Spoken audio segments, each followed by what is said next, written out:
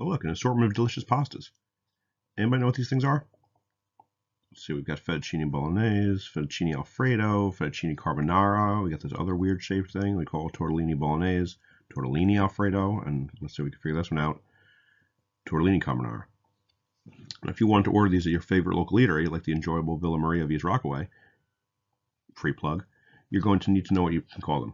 If you say, give me the one that looks like shoelaces with brown piles, red chunks, and snow stuff, you're going to be removed from the premises. If you say fettuccine bolognese, then maybe actually know what you're talking about. Names are important to identify things, whether we're talking about dinner, people, or naturally, chemical compounds. Metals and nonmetals. Where are these things? We've done this already. We've learned this already. Nonmetals are everywhere to the top and right of the staircase, not forgetting hydrogen over here and helium at the top. Metals are everywhere else. Nonmetal and metal. And don't forget about the 2 rows of metals at the bottom of the table. Before you try and name a molecule, just take a look at it and see what pieces are actually in it. Is it made up of only 2 different elements together or more than 2? If there are only 2, then your choices are that it's either a combination of metal and nonmetal or 2 nonmetals. It's the only thing it can be. So just check the periodic table and see what you actually have. So the first one here, I've got metal and a nonmetal, metal and a nonmetal. This one you got nonmetal, nonmetal, nonmetal, nonmetal. Just 2 different elements. It doesn't matter if there's 2 chlorines or 2 oxygens. There's still only 2 different elements, C and O or Mg and Cl.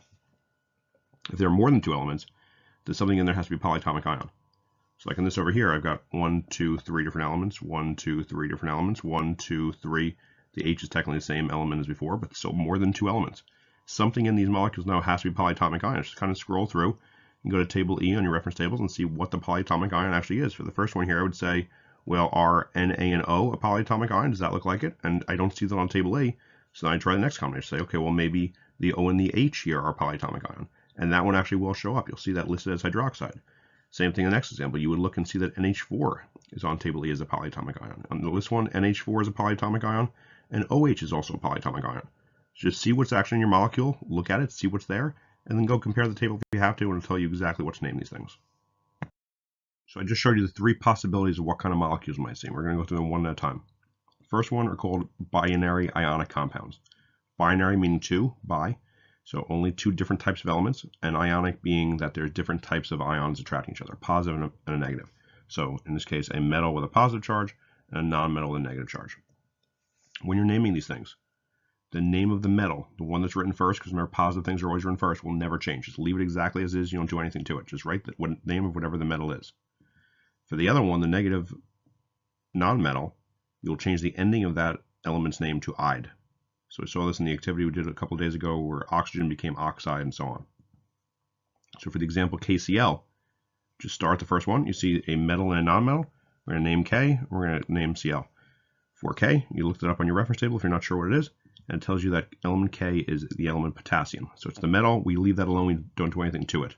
For the next element, it's Cl. That's the non-metal. So as it says here, you're going to change the ending of the non-metal to "ide."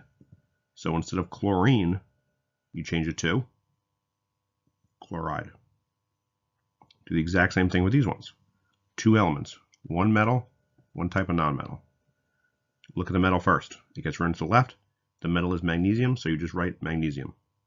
The F is fluorine. You change the ending to IDE, so fluorine becomes fluoride.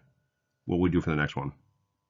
What would we call Li2O? It doesn't matter how many of each element. It doesn't matter if there's 2 lithiums or only 1 oxygen. What would we call this thing? The metal name doesn't change. Non-metal gets changed to IDE at the end. So Li2 is lithium. You write lithium. And oxygen, because the non-metal, you change the ending to IDE. Instead of oxygen, it becomes not oxygide, but oxide. So lithium oxide. This will tell anyone looking at this name that you write Li, and you can go look up the chart of the +1. Oxygen is oxide, so you'd know that it's this O-2 ion.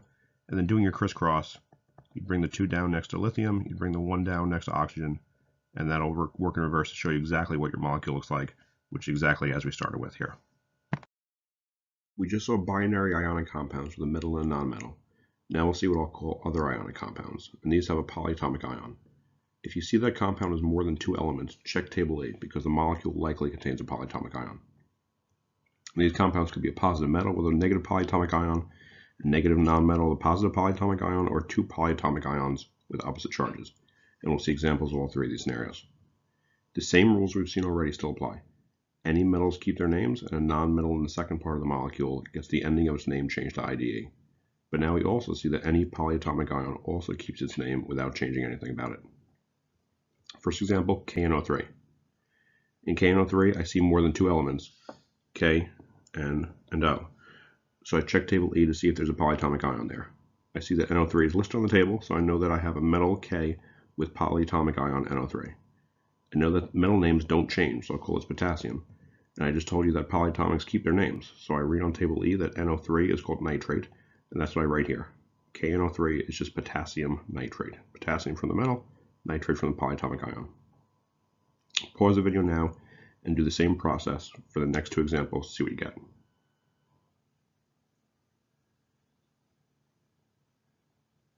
Looking at these examples, each molecule has more than two elements. So I check table E and see that NH4 is called ammonium. This part of the molecule right there is called ammonium. Now polyatomics keep their names, so I write the word ammonium and then change the ending of the nonmetal to IDE. So chlorine becomes chloride, and I call the whole thing ammonium chloride. In the last example, we've seen metals and polyatomic ions and nonmetals, but in this one we have two polyatomic ions together. We saw each of them in the previous examples, NH4 in the one before this, and NO3 up top. So the NH4 and NO3 each keep the names from the first two examples, ammonium and nitrate, and we call the whole thing just ammonium nitrate. Fun fact, ammonium nitrate has uses as an ingredient in both fertilizers and explosives. Now try naming these compounds the same way we've seen in examples. The positive part is always written first before the negative part. That's usually a metal. The negative part is usually a nonmetal, but if you have a polyatomic ion, just do the same thing. A positive polyatomic ion goes first, a negative polyatomic ion will go second. Remember, the metal names don't ever change. Names of polyatomic ions on table E don't ever change. And any nonmetals that are in the second part of the molecule, they get their names changed at the ending to IDE. I will tell you that every example here contains at least one polyatomic ion, so try these for yourself, and the answer is on the next slide. I'm really just putting audio here so the PowerPoint doesn't delete the slide accidentally when it makes it into a video, but compare these names to the formulas on the last slide.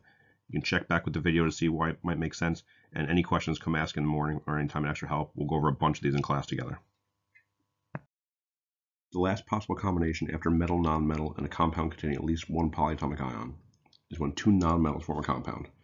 Our periodic table shows that most nonmetals can form either positive or negative ions, and this will allow two nonmetals to come together and bond. These are called binary covalent compounds. Binary meaning just two different elements, and covalent meaning all nonmetals. This word covalent will become prominent in future chapters when we talk about compounds made of only nonmetals like water, H2O, or carbon dioxide, CO2. To name these binary covalent compounds, we use prefixes, like in geometry where you might see pentagon, hexagon, triangle, things like that, where the beginning of the word tells you how many sides a shape has. The prefixes for 5 to 10 are actually in your reference tables on table P of page 7, but 1 to 4 as shown here are different from that list, so you just need to memorize these things at least for the first few numbers. Let's try this example, N2O4. First you want to see which elements are actually in the molecule, and I see nitrogen and oxygen, so I would know that because there's two nonmetals, I have to use the prefixes. So write the names for each element, nitrogen and oxygen, but like we did before, realize that since oxygen is the second element listed, I change the ending to IDE and write oxide instead of oxygen. Nitrogen there's two of, so I see my prefix for 2 is di, and I'm going to write di-nitrogen. For the oxide, I see there's 4 of the oxygens. The prefix for that is tetra, so you could write tetraoxide, but I'm actually going to get rid of this word right here because it's a lot easier and nicer sounding to kind of combine those vowels in the middle that sound a little awkward. And instead of tetraoxide, you can just make it tetroxide.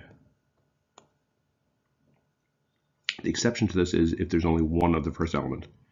You don't write mono. Just leave it as it is.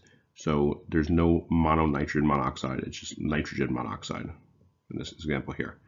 One nitrogen, but no mononitrogen, just nitrogen. Nitrogen monoxide. So you still write mono for the second guy, but not for the first element. This hopefully makes you think of some molecules you heard of before, like CO2 and CO. CO2 rather, is not monocarbon dioxide. It's just carbon dioxide. Hopefully you know by now and recognize. And similarly, CO is not monocarbon monoxide. It's just carbon monoxide. So to wrap it up, use prefixes when there are two nonmetals, unless the first nonmetal has only one atom, in which case you don't write mono for it, but you can write mono for anything else later on. So not monocarbon dioxide, just carbon dioxide, and not monocarbon monoxide, but carbon monoxide. By now you know how to do a crisscross really well, so let's write our elements out and see how many of each element we need to make a neutral molecule from the elements iron and chlorine. I'm going to crisscross the 2 down from iron and put it next to chlorine here. Show that I need 2 chlorine in this molecule. I'm going to take the 1 that's next to chlorine and drop it down next to iron there. So now I see it's going to be FeCl2 over here. But over here I see that iron also has a +3 charge. You see from the periodic table, iron can either be +2 or +3. So in this version, you'd have Fe and Cl. I'm going to take the +3 from iron, put that next to the chlorine, and the 1 from chlorine, put that next to the iron, and in this molecule will now be FeCl3 instead of FeCl2. Now from the naming rules we just done these last couple of slides, this guy on the left, remember you don't change the name of the metal, I would call this iron, and the chlorine becomes chloride, so I'd write iron chloride. And let's see where I'm going with this. A problem may come up. On the right here, again, we have iron. You don't change the metal name, so I'd call this iron. And again, you change the non-metal ending to IDE, so I'd call this iron chloride again. What's going on here? Why do they have the same name? They're different compounds, FeCl2, FeCl3. What sense does that make? Why are they different things with the same name? That's kind of weird, right? There's a reason for this. We're going to see how to solve it. Just like we sometimes see Roman numerals used to differentiate between movies and franchise, like these posters from the first 5 Rocky movies, we can use Roman numerals to tell the difference between differently charged versions of the same element, like iron 2 and 3 from the last slide, with slightly different but similar compounds. When we use Roman numerals to give some extra detail to names of molecules to show which version of a metal is in a molecule, it's called the stock system. Important point that everyone will ask me about at least 2 or 3 times in the near future. It is only done, if you do it at all, for metals that have multiple options. That is, if the metal is like sodium or aluminum and can only make one type of ion, you don't need to add any more detail because there are no options.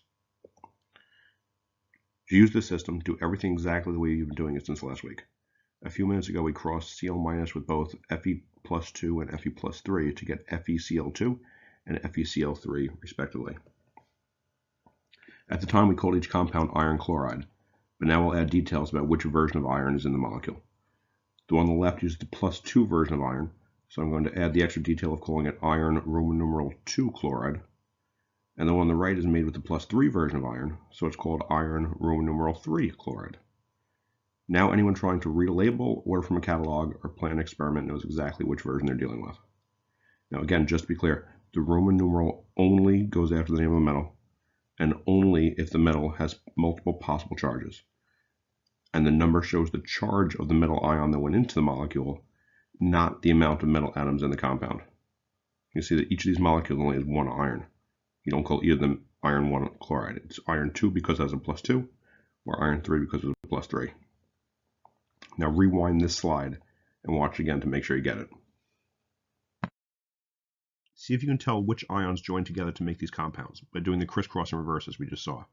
Then name them using the stock system with Roman numerals in parentheses, if you need to. Answers are on the next slide. Just like I said before, take these answers, compare them to the questions on the last slide, see if it makes sense. If it doesn't, go back and check the video, and if you have any questions, come talk to me and we'll go over it in class. If you know what the ions are that come together to form a molecule, just crisscross as you've been doing from those ions to see what it looks like. Once you name it, check to see if there's more than one possible charge on the metal. If there are, use Roman numerals to show which ion it actually is in the molecule. Answers, stuff before, compare, you know the deal by now. Unlike the last chemistry cat we saw with the formula that was written incorrectly and backwards, this one actually is what sodium hypobromite looks like, so good on you, ChemCat. Now that you've seen all this and done a couple of practice things, go and finish and complete the forms posted after the embedded video on your OneNote. No quiz tomorrow, just do a lot of practice and get really, really confident in how to do this.